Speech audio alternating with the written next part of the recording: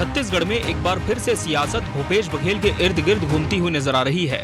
पहले अध्यक्ष और बाद में मुख्यमंत्री के रूप में सुर्खियों में रहने वाले भूपेश बघेल इस बार अपने पुत्र की शराब घोटाले में गिरफ्तारी के बाद से सुर्खियों में बने हुए हैं। बघेल के पुत्र की गिरफ्तारी के बाद से पूरी कांग्रेस उनके साथ खड़ी नजर आ रही है। यही वजह है कि कांग्रेस के आह्वान पर पार्टी आज एकजुट होकर पूरे प्रदेश भर में बघेल के पुत्र की गिरफ्तारी के खिलाफ आर्थिक नाकेबंदी करती नजर आई। जगह जगह बड़े नेताओं ने मोर्चा संभाला और नाकेबंदी की। रायपुर में पूर्व मुख्यमंत्री भूपेश बघेल के साथ समर्थक धरने पर बैठे। आर्थिक नाकेबंदी की वजह से राजधानी में आवाजाही प्रभावित रही। कांग्रेस ने आर्थिक नाकेबंदी के जरिए चैतन्य बघेल की गिरफ्तारी को अडानी के पेड़ कटाई से जोड़कर पेश किया। अब जनता जान चुकी है कि छत्तीसगढ़ के जंगल को साफ करके यहाँ के खनिज को लूटना चाहते हैं अडानी, और केंद्र सरकार राज्य सरकार दोनों मेहरबान हैं, और इसलिए जनता इस बात को बर्दाश्त नहीं करेगी और कांग्रेस पार्टी इसके खिलाफ लड़ाई लड़ने के लिए कमर कस ली है। जगह जगह हुए कांग्रेस के प्रदर्शन में अलग अलग नेताओं और कार्यकर्ताओं की हिस्सेदारी देखने को मिली। सभी ने ईडी के दुरुपयोग और अडानी के खदान आवंटन को लेकर बीजेपी को जमकर कोसा।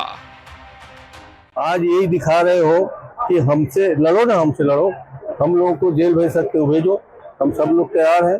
तुम झूठे मुकदमे, झूठे ईडी के केसेस बना के हम सब लोगों को, हमारे साथियों को जो अंदर कर रहे हो, हम उसका विरोध करते हैं। और इसी विरोध का प्रदर्शन हमारे साथियों को आज हमने देखा, भारी भीड़ के साथ, एकता के साथ जगह जगह बैठे हैं, पानी में बैठे हैं, बरसात में बैठे हैं, धूप में बैठे हैं, जहां जहां भी जैसा मौसम रहा है सब एक साथ है। कांग्रेस जब इस पूरे मसले पर भाजपा और अडानी पर हमलावर है, तो बीजेपी ने भी अब मोर्चा संभाल लिया है। बीजेपी चैतन्य बघेल की गिरफ्तारी को शराब घोटाले से जुड़ी अहम बताते हुए आर्थिक नाकेबंदी को नाकाम बता रही है। और 1000 करोड़ रुपए के राशि का, शराब घोटाले की राशि का हेरा फेरी करने का ईडी ने ऐसे आरोपी के पक्ष में कांग्रेस पार्टी खड़ी हुई है, और वह भी जो कांग्रेस का कोई पदाधिकारी नहीं है। देखिए, एकता और एकजुटता तो छत्तीसगढ़ की जनता की दिखी, जिसने इस आंदोलन को पूरी तरह से फ्लॉप किया। कांग्रेस की दोगली राजनीति, कांग्रेस की परिवारवादी राजनीति को उद्धृत करने के लिए प्रेस कॉन्फ्रेंस हमने रखा है, और आप जरूर इस बात को जनता के समक्ष लाएं। जिन लोग आर्थिक नाकेबंदी कर रहे हैं वही गाड़ी पेरुमा के 2 में जल सुनवाई करवाए थे कि इन्वायरमेंट क्लियरेंस की सिफारिश किए थे कि नहीं, फिर फॉरेस्ट क्लियरेंस फेज 1 की सिफारिश किए थे कि नहीं, फॉरेस्ट क्लियरेंस फेज 2 की सिफारिश किए थे कि नहीं, और अडानी को एमपीओ इनके समर्थन की महाराष्ट्र की सरकार ने बनाया। और ये इशू को डाइवर्ट करने के लिए अलग अलग विषयों को अपने बेटे को बचाने के लिए पूरे कांग्रेस को झोंककर और विषयों को अनर्गल तरीके से आरोप प्रत्यारोप लगाकर अपने भ्रष्टाचार को छुपाने की कोशिश करते हैं। इधर आज चैतन्य बघेल की रिमांड अवधि पूरी हो गई, जिसके बाद उन्हें कोर्ट में पेश किया गया। कोर्ट में भी कांग्रेस जनों का जमावड़ा देखने को मिला। ईडी अब तक की पूछताछ से संतुष्ट है, इसलिए उसने और रिमांड नहीं मांगी। इसलिए चैतन्य बघेल को 14 दिन की न्यायिक रिमांड पर जेल भेज दिया गया है। फिलहाल शराब घोटाले में हुई इस गिरफ्तारी से ये मामला सियासी गदर की वजह बना है, लेकिन इसके साथ अडानी के मुद्दे को जोड़कर कांग्रेस ने सियासी घमासान और तेज कर दिया है। Bureau report, TV 24 news.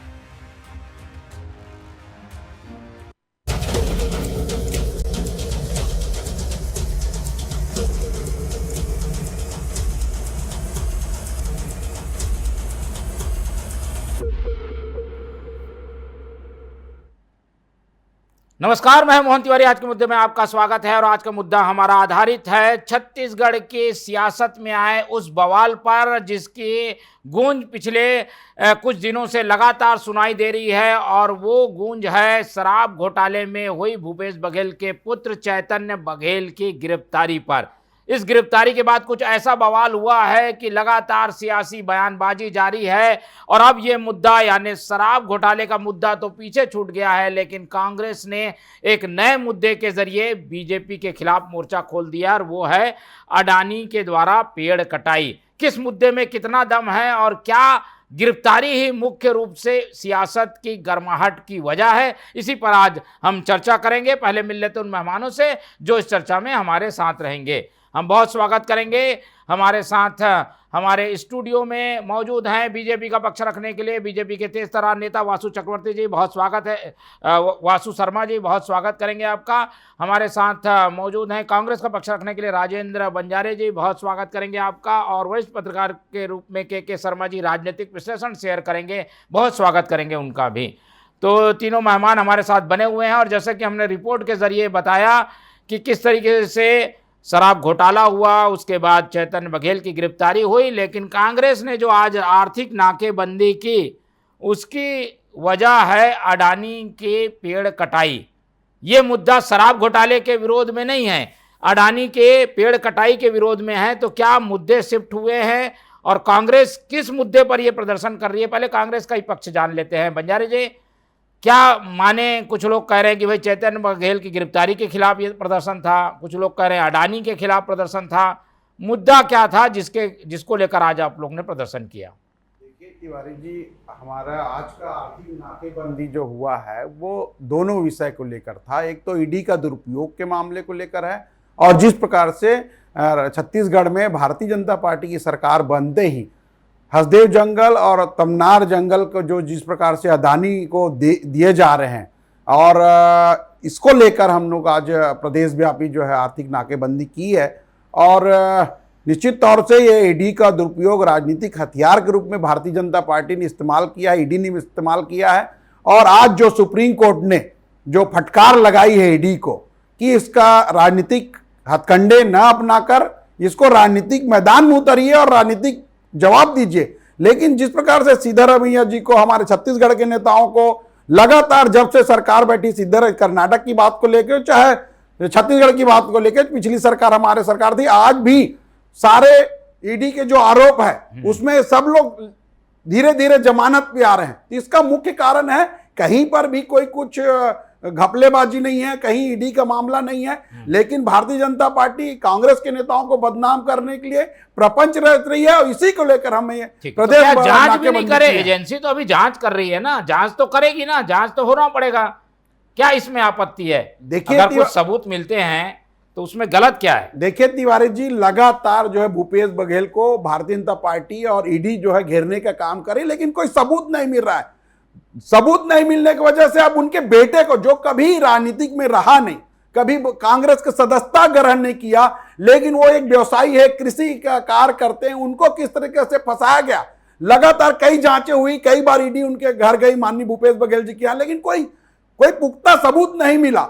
लेकिन किसी के कहने से और कोई सबूत नहीं मिला, और इस प्रकार से चेतन बघेल जी को जन्मदिन के दिन ही गिरफ्तार कर रिमांड पर ली गई है। ये कहीं न कहीं राजनीतिक बदबू आ रही है, बुबू आ रही है, और इसका हम कांग्रेस जन खुलकर विरोध कर रहे हैं। इसी के लिए हम लोग आज ये रोड पर उतरे हैं और आर्थिक नाकेबंदी की है, और पूरे प्रदेश में आर्थिक नाकेबंदी सफल रहा है, और पूरा जनता हमारे साथ। तो कोर्ट ने फैसला दिया है कि भाई अब रिमांड, जेल में भेज दिया उनको, अब क्या विरोध करेंगे? अभी भी क्या विरोध जारी रहेगा कि आगे क्या होगा आप लोगों का? आज तो समझ गए ईडी के लिए विरोध किया है, अब तो कोर्ट ने भेज दिया उनको जेल।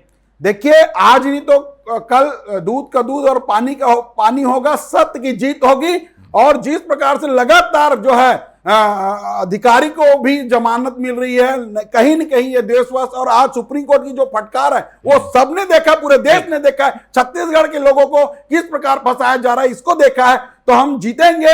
और आज वो जो उनके राजनीतिक हथियार के रूप में ईडी कार्रवाई कर रही है, ये सब इसका मुंहतोड़ जवाब आगे, और रणनीति लगातार चलते रहेगी। और जिस प्रकार से भूपेश बघेल जी ने, चलिए, दो महत्वपूर्ण कारण समझ में आते हैं। एक तो शराब घोटाला की जांच जो है गलत तरीके से राजनीतिक एजेंडे के तहत हो रही है, दूसरा ये कि अडानी का मुद्दा कांग्रेस उठा रही थी, इसलिए ये सारी कार्रवाई हुई है। वासु शर्मा जी, ये क्या कोई अदावत चल रही है, बदले की राजनीति है क्या? ये क्यों हो रहा है कि भूपेश बघेल के पुत्र को गिरफ्तार कर लिया गया? देखिए मोहन जी, बड़ा कांग्रेस का 2-3-4 दिनों से ड्रामा चल रहा है जब से चेतन बघेल जी को ईडी ने गिरफ्तार किया है। इससे पहले आपने देखा कभी जब एक आदिवासी नेता पूर्व कैबिनेट मंत्री कवासी लखमा को ईडी ने गिरफ्तार किया और 6 महीने से जेल में है वो, इसके लिए कभी आर्थिक नाकेबंदी की हो? देवेंद्र यादव 6-7 महीना जेल में रहे हो, कभी कांग्रेस ने आर्थिक नाकेबंदी की हो? तो पूछ लीजिए, प्रवक्ता महोदय बैठे हैं। आज जैसे ही भूपेश बघेल के लड़के चैतन्य जी को गिरफ्तार किया गया, पूरे कांग्रेस पार्टी सड़क जाम कर दी, चक्का जाम। और चक्का जाम किस लिए? जनहित के मुद्दे पे नहीं, भ्रष्टाचार को बचाने के लिए। भ्रष्टाचार हुआ है शराब घोटाले में, आपके आबकारी मंत्री पिछले 6 माह से जेल के अंदर है, उनको हाई कोर्ट ने बेल रिजेक्ट कर दिया। चार्जशीट में उनका नाम है, कितना कमीशन उनको मिला है, इस पे जवाब देने के छोड़ और जनता को घुमा रहे जल जंगल जमीन। जल जंगल जमीन तो बहाना है, और भूपेश बघेल चैतन्य बघेल भ्रष्टाचारियों को बचाना, ये कांग्रेस की आदत है मोहन जी। और ये दिख रहा है स्पष्ट, आज जिस प्रकार से आर्थिक नाकेबंदी की गई है और आप भ्रष्टाचारियों को बचाने के लिए, उस छत्तीसगढ़ की जनता ने देखा है कि इस बार छत्तीसगढ़ जनता परेशान हुई है। इसमें जनता को क्या फायदा मोहन जी? भ्रष्टाचारी ईडी कार्रवाई कर रही है, इससे जनता का क्या लेन देन? और जनता तो परेशान हो रही है। 2-4 घंटे तक सब लोग फंसे रहे, किसी को कहीं कॉलेज जाना है, किसी को स्कूल जाना है, किसी को हॉस्पिटल जाना है, किसी को नौकरी में जाना है, सारे लोग फंसे रहे। उसका कांग्रेस पार्टी पास कोई जवाब नहीं। बोल दिया आर्थिक नाकेबंदी है। आर्थिक नाकेबंदी तो तब हुई थी मोहन जी जब डीएमएफ फंड में घोटाला हुआ था, कोल परिवहन में घोटाला हुआ था, शराब में घोटाला हुआ था, तब आर्थिक नाकेबंदी करना था भैया आपकी सरकार में, जब इस प्रकार की लूट कांग्रेस की सरकार में मची थी। और ये क्या बड़े सरल सीधा कनेक्शन ही नहीं है बता रहे हैं। चैतन्य बघेल का क्या कनेक्शन? ना वो सरकार में थे, ना कोई पोस्ट में थे। अब जैसा यही बता रहे थे कि वो पूर्व मुख्यमंत्री, मैं भी तो यही पूछ रहा हूं, चैतन्य बघेल के लिए क्यों कांग्रेस पार्टी है खुद बता रहे हैं कि कोई आज तक सदस्यता ग्रहण नहीं की। तो जब उनका कोई सदस्यता है नहीं, वो कांग्रेस पार्टी के सदस्य है ही नहीं, तो उनके लिए किस प्रकार का आंदोलन चल रहा है छत्तीसगढ़ के अंदर? वही जब सदस्य थे देवेंद्र यादव और कवासी लखमा, आदिवासियों की बात करने वाली पार्टी, कभी आर्थिक नाकेबंदी नहीं की। यही तो सवाल हम भी पूछ रहे हैं। और चैतन्य बघेल में कहीं ना कहीं पूर्व मुख्यमंत्री के बेटे हैं, तो कहीं ना कहीं आरोप लगे हैं, तो ईडी जांच करे। आज इस प्रकार से आपने कहा कि 14 दिन की जुडिशियल कस्टडी में उसको भेज दिया है, तो न्यायालय ने भी कहीं पर कुछ समझा होगा, कुछ ईडी ने फैक्ट रखे होंगे, तभी तो ये कार्रवाई हो रही है ना। चलिए, तो कांग्रेस को थोड़ा न्यायालय पर भी भरोसा रखना चाहिए। अब समझ लेते हैं इसके पीछे की राजनीति क्या है, दोनों पक्ष क्या कहता है। के शर्मा जी के पास चलते हैं। शर्मा जी, एक तरफ शराब घोटाला, कांग्रेस का अलग कुछ कहना, बीजेपी का कहना, क्या देखते हैं, क्या राजनीति है? भूपेश बघेल क्या पुत्र मुंह में ये राजनीति करवा रहे हैं, या फिर उनकी ओर से उठाया गया ये कदम जायज भी है? देखिए तिवारी जी छत्तीसगढ़ के कद्दावर नेता है, और आज के प्रदर्शन से ये स्पष्ट है कि पूरी कांग्रेस उनके साथ खड़ी हुई है। पिछले कुछ समय जब प्रदेश प्रभारी आए थे तो कहीं बात आ रही थी कि वरिष्ठ नेताओं के बीच में सामंजस्य नहीं है, किंतु आज जब प्रदर्शन के लिए सड़क पर नेता आए तो ये बात स्पष्ट हो गया कि कांग्रेस के नेता एकजुट हैं। एक कांग्रेस को सफलता तो यहाँ पे मिल गई कि भूपेश बघेल हो, चरणदास महंत हो, सभी नेता एक साथ एक सड़क पर उतरे। दूसरी बात यह है कि कांग्रेस के नेताओं की गिरफ्तारी अभी तब तक बात चल रही थी, लेकिन अब पूर्व मुख्यमंत्री के बेटे के जैसे ईडी ने घेरा है, 5 दिन पूछताछ हो गई, अब न्यायिक अभिरक्षा में जेल चले गए हैं, तो ये भूपेश बघेल के लिए एक दुखद क्षण है। लेकिन कांग्रेस जो एकजुट हुई है इस ढंग से भी आप देखिए, क्योंकि राष्ट्रीय स्तर पर राहुल गांधी हो चाहे प्रियंका गांधी हो, उनका फोन आना, उनका समर्थन देना, कहने का मतलब पूरे मामले को लेकर के कांग्रेस एकजुट है। एक दूसरी चीज यह है कि भाजपा ये बताने की कोशिश कर रही है कि आदिवासी हमारे साथ है, और जब आदिवासी आबकारी मंत्री की गिरफ्तारी होती है तो कांग्रेस आगे नहीं आती। इस ढंग से आदिवासियों के बीच एक संदेश भेज रही है। ओबीसी देवेंद्र यादव गिरफ्तार होते हैं तो इस ढंग से वो एग्रेसिव कांग्रेस नजर नहीं आती, ये बात कह रही है। लेकिन आदिवासी मतदाताओं के बीच भाजपा के बीच में जो भ्रष्टाचार के खिलाफ कार्रवाई के लेकर के जनता के बीच जा रही है, इसके दूसरी पिच तैयार की गई है कि अडानी जो है वहां तमनार में हो या हसदेव अरण्य में कोयला खनन करने जा रहे हैं और छत्तीसगढ़ को अडानी को सौंपा जा रहा है। ये बात कह के आदिवासियों को यह बताने की कोशिश की जा रही है कि चाहे बस्तर हो चाहे सरगुजा हो, यहाँ की जो हमारी खनिज संपदा है उसको अडानी को सौंपा जा रहा है। इसका कितना असर होता है ये देखने वाली बात है। लेकिन महत्वपूर्ण बात इसमें आप देखिए कि जो राजस्थान और महाराष्ट्र सरकार को, महाराष्ट्र को तमनार का खदान दिया गया है और हसदे वर्णन का खदान जो है राजस्थान को दिया गया है। दोनों ही राज्य सरकारों ने अडानी को प्रबंधन के लिए और कोयला निकासी के लिए, खनन के लिए, ये उनको टेंडर के माध्यम से उनको काम सौंपे हैं। अब जब अडानी काम कर रहे हैं और कांग्रेस एक बड़ी राजनीतिक पार्टी है, वो जब यहाँ पे विरोध कर रही है, तो क्या अडानी के लिए रास्ता आगे मुश्किल होगा क्या यहाँ खनन करना? डायरेक्ट अडानी को केंद्र सरकार से खनन की अनुमति नहीं मिली है, लेकिन इस बीच में 60,000 करोड़ रुपए निवेश का एक समझौता अडानी और मुख्यमंत्री की बीच हुआ है। यहाँ छत्तीसगढ़ में शायद सरकार की एक समझौता हुआ है, जिसमें बिजली पैदा किया जाना है, क्या इस कोयले का उपयोग किया जाएगा। लेकिन देश में निजीकरण लगातार बढ़ रहा है, इसका राजनीतिक दल या सरकार किस रूप में लेते हैं? क्यों राजस्थान और महाराष्ट्र सरकार स्वयं खनन नहीं कर रही है? एक परसेंटेज तय होता है कि इतना परसेंट कोयला हमारा और इतना परसेंट अडानी का होगा। ये एक अलग विचार का विषय है। खनन को आप रोक नहीं सकते। राजस्थान महाराष्ट्र को बिजली देना है, केंद्र सरकार का विषय है, ये राज्य सरकार का नहीं है। अब जब बिजली के लिए कोयला खनन किया जाना है, तो इन आदिवासी क्षेत्रों में जो वन पारिस्थितिकी की बात आ रही है, जो वहां विभिन्न प्रकार के जीव जंतु हैं, उनकी सुरक्षा की बात आ रही है। आपने लेमरू प्रोजेक्ट बनाया है कि हाथी मानव द्वंद रोकने के लिए, इसकी क्या स्थिति है? क्यों इस दिशा में आगे नहीं बढ़ रहे हैं? ये तमाम प्रकार की बातें हैं कि जो खनन के नॉर्म्स है, जो नियम कानून है, उसका पालन हो रहा है कि नहीं हो रहा है। आदिवासी जो सड़क पर उतरे हैं, उनको इस आज बंद से कितना लाभ होगा? सरकार क्या इस ध्यान देगी? पेड़ कटाई रुकने वाला नहीं है, ये तो तय है, क्योंकि वन विभाग से अनुमति, केंद्र सरकार की अनुमति, राजस्थान सरकार को अलॉट किया जाना, महाराष्ट्र सरकार को अलॉट किए जाना, इसके बाद जो खनन की बात आ रही है, खनन भी होगा, ये भी है, और ईडी की कार्रवाई भी आगे जारी रहेगी, ये भी स्पष्ट है। लेकिन छत्तीसगढ़ की जनता किस पर विश्वास करती है, ये महत्वपूर्ण है। ठीक है, चलिए मुद्दों को थोड़ा सा ये टर्न किया गया है, ऐसा भी लगता है। इसकी क्या वजह है ये भी जान लेते हैं कांग्रेस से, क्योंकि ये मुद्दा शराब पर केंद्रित होना था। शराब घोटाला हुआ है नहीं हुआ है, उसका विरोध कांग्रेस नहीं कर रही है, या उस पर अपने मुद्दे को केंद्रित नहीं रख रही है, उसकी वो पूरी तरीके से शिफ्ट अडानी पर हो गई है। इसकी क्या वजह है बंजारे जी? हम सुन रहे थे भूपेश बघेल भी अडानी की बात कर रहे हैं, चरणदास महंत भी उसी की बात कर रहे हैं, पेड़ कटाई की बात हो रही है। अरे गिरफ्तारी तो शराब घोटाले में हुई है ना। लेकिन देखिए तिवारी जी, मैं हमारे भारतीय जनता पार्टी के प्रवक्ता शर्मा जी बोल रहे थे कि लखमा की गिरफ्तारी हुई तो आंदोलन नहीं हुआ। देवेंद्र यादव, पूरे प्रदेश में आंदोलन हुआ, पूरा जिला मुख्यालय में आंदोलन हुआ। इन दोनों के खिलाफ जब कार्रवाई, ये द्वेषवश कार्रवाई है। दूसरी चीज बताना चाहूंगा, भूपेश बघेल जी जैसे विधानसभा सत्र चल रहे थे, अंतिम दिनों में अंदानी के खिलाफ जो पेड़ कटाई हो रही है, अंदानी जो यहाँ पर कोल माइंस अपना स्थापित करना चाहते हैं, उसका प्रश्न लगाए थे, और उसका खामियाजा जो है चेतन बघेल को भुगतना पड़ा। और ये ईडी की कार्रवाई जो है द्वेषवश कार्रवाई है, हम सीधा सीधा आरोप लगा रहे हैं। आज जो सुप्रीम कोर्ट में, फिर वही कहूंगा, सुप्रीम कोर्ट ने कितना फटकार लगाई है आप देख ही रहे हैं, फ्रंट न्यूज है, सारे न्यूज का, कहां चूक हो रही है? क्यों? क्या एक भी भारतीय जनता पार्टी के नेता नहीं है जिसके ऊपर कार्रवाई होना चाहिए? क्या इनको विपक्ष ही दिख रहे हैं क्या?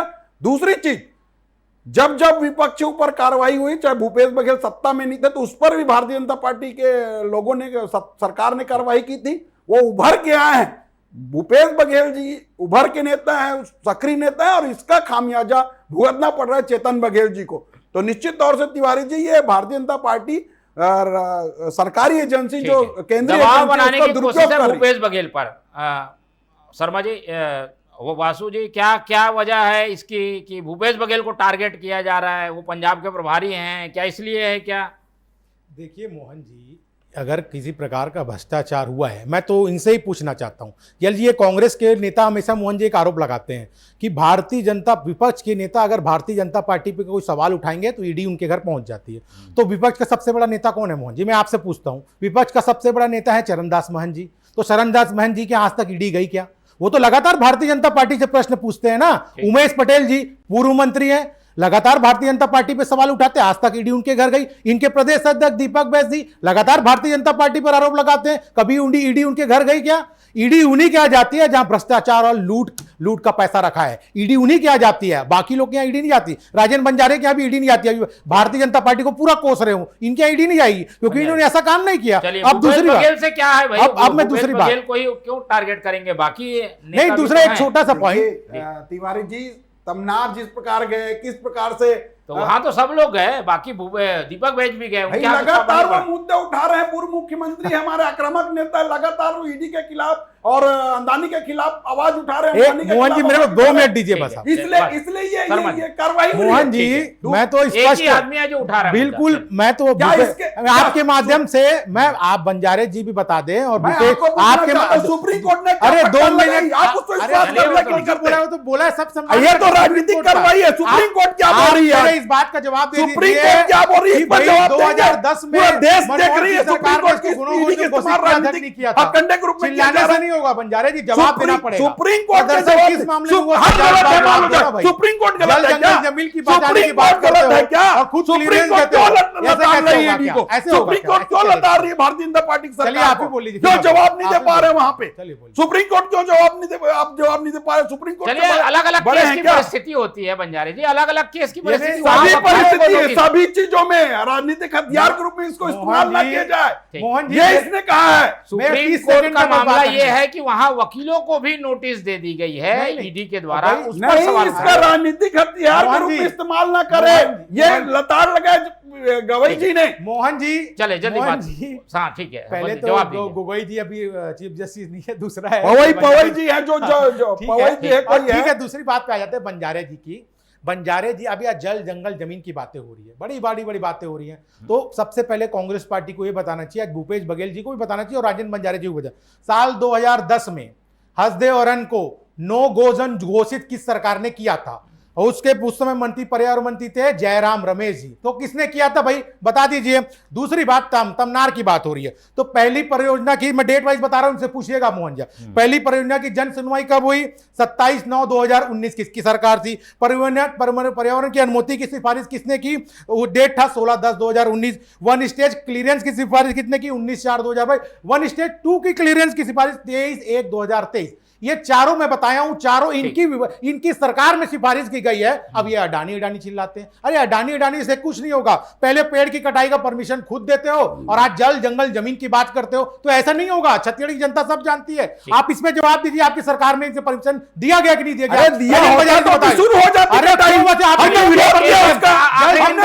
शर्मा जी से ले लो, परमिशन दिया अगर आपको पेड़ काटना, जंगल जाके विरोध किया, हमारे सारे लोग विरोध किए, कभी परमिशन दिया भाई, लेकिन जैसे ही सरकार बनी आपने कटाई चोरी ऊपर से सीना चोरी। अरे हसदेव जंगल को आपने, अरे हसदेव जंगल को नो गोन जोन घोषित आप किसने? अरे लेमरू प्रोजेक्ट में था, लेमरू प्रोजेक्ट में सरकार ने किया था, और इस पर जानकारी है कि नहीं है?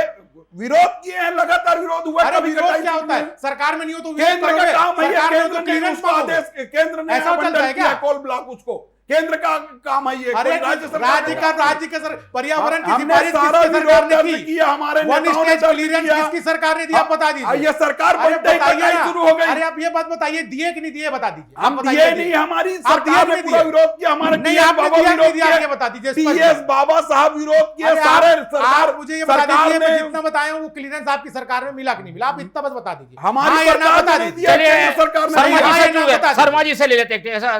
शर्मा जी, ये कहा जा रहा है कि अब जब अडानी पे बात आ गई है तो अडानी को अनुमति तो कांग्रेस सरकार में मिली है, ऐसा बोलकर बीजेपी बचने की जो कोशिश कर रही है, इसको कैसे देखते हैं? क्या इसको स्वीकार कर पाएगी जनता? मोहन जी, आपको मालूम है कि अडानी को खदान आवंटित नहीं हुआ है। मैं पहले ये बात कही, खदान आवंटित हुआ है राजस्थान विद्युत उत्पादन कंपनी को और महाराष्ट्र विद्युत उत्पादन कंपनी को। वहां से उनको अडानी को दिया है राजस्थान सरकार ने और महाराष्ट्र सरकार ने। परसेंटेज के आधार पे वो क्लियर नहीं है कि कितना परसेंट है। कहा तो यहाँ जा रहा है कि 24% का ही राजस्थान सरकार को मिलेगा कोयला। तो ये महत्वपूर्ण है कि ये सरकार जो है राज्य सरकार को दिया गया है। और ये बात कही गई कि पहले भी आप जानते हैं कि छत्तीसगढ़ से ही कोयला जा रहा है। हसदेव औरन हमारा देश का सबसे बड़ा कोयला खदान है वहां पे। तमनार में भी यही स्थिति है। हमको लाभ होगा कोयल को उत्पादन से लेकर विभिन्न शुल्कों को रोजगार को लेकर अलग विषय है, लेकिन छत्तीसगढ़ से जो कोयला खनन हो रहा है, यहाँ की जो राजस्थान और महाराष्ट्र की जो बिजली जलेगी छत्तीसगढ़ के कोयले से जलेगी। जो अडानी को देने की बात कही जा रही है, ये राजस्थान और महाराष्ट्र सरकार ने दी है और केंद्र सरकार के अधीन ये खनन क्षेत्र होते हैं और वो जो है राज्य सरकारों को आवंटित करती है। राज्य सरकार क्यों खनन नहीं कर रही है, प्राइवेट कंपनी को क्यों दे रही है प्रबंधन का काम या खनन का काम, ये अलग विचार का विषय हो सकता है कि निजीकरण को आप कहां तक लेके जाएंगे। लेकिन छत्तीसगढ़ में लगातार बस्तर से लेकर सरगुजा तक कांग्रेस यही बात कह रही है कि अडानी या निजी कंपनियों को लगातार खदानें दी जा रही है। तो खदानें निजी का सरकार को देने के बाद ये राज्य सरकार क्यों इनके निजी हाथों में जा रही है, ये सोचने का विषय हो सकता है। और यहाँ कितने परसेंट में निजी कंपनियों को कितना लाभ पहुंचाया जा रहा है, उससे छत्तीसगढ़ को कितना लाभ होगा अलग है। लेकिन यहाँ पे जो वन का जो नुकसान हो रहा है, पेड़ों की कटाई हो रही है, एक की जगह में 10 पेड़ लगाना है, तो ये क्या जो तमाम प्रकार के जो कानून है उसका पालन हुआ है कि नहीं हुआ है, ग्राम सभा से अनुमति मिली कि नहीं मिली है। आप खनन नहीं रोक सकते। लगातार जैसे बात आ रहा है 2010 2007 में पहले राजस्थान को अनुमति मिली हस्देवरण में, 2015 में तमनार महाराष्ट्र को अनुमति मिली, तमाम प्रकार के सुप्रीम कोर्ट में भी गए, ग्रीन ट्रिब्यूनल में भी सुनवाई हुई, तमाम प्रक्रिया जारी है। लेकिन राजनीतिक रूप से देखना है कि अडानी को यहाँ खनन करना कितना मुश्किल होता है। ठीक है, चलिए। और इसीलिए कांग्रेस ने मोर्चा खोल दिया है और एक तरफ शराब घोटाला और ऊपर से यह अडानी के द्वारा जो पेड़ों की कटाई हो रही है वो भी मुद्दा गरमाया हुआ है। आने वाले दिनों में क्या होगा इस पर हमारी निगाह बने रहेगी, समय की बाध्यता है, इसलिए चर्चा ही खत्म करेंगे। इस पूरी चर्चा में हमारे साथ के शर्मा जी जुड़े, उनका धन्यवाद। हमारे साथ राजेंद्र बंजारी जी थे, उनका धन्यवाद। और वासु शर्मा जी ने अपना कीमती समय दिया, उनका धन्यवाद। तो तीनों मेहमानों को धन्यवाद कहते हुए आज की ये चर्चा ही खत्म करते हैं और आप लोग से रखते हैं उम्मीद कि आप लोग देखते रहेंगे TV24। रखिए अपना बहुत ख्याल। नमस्कार।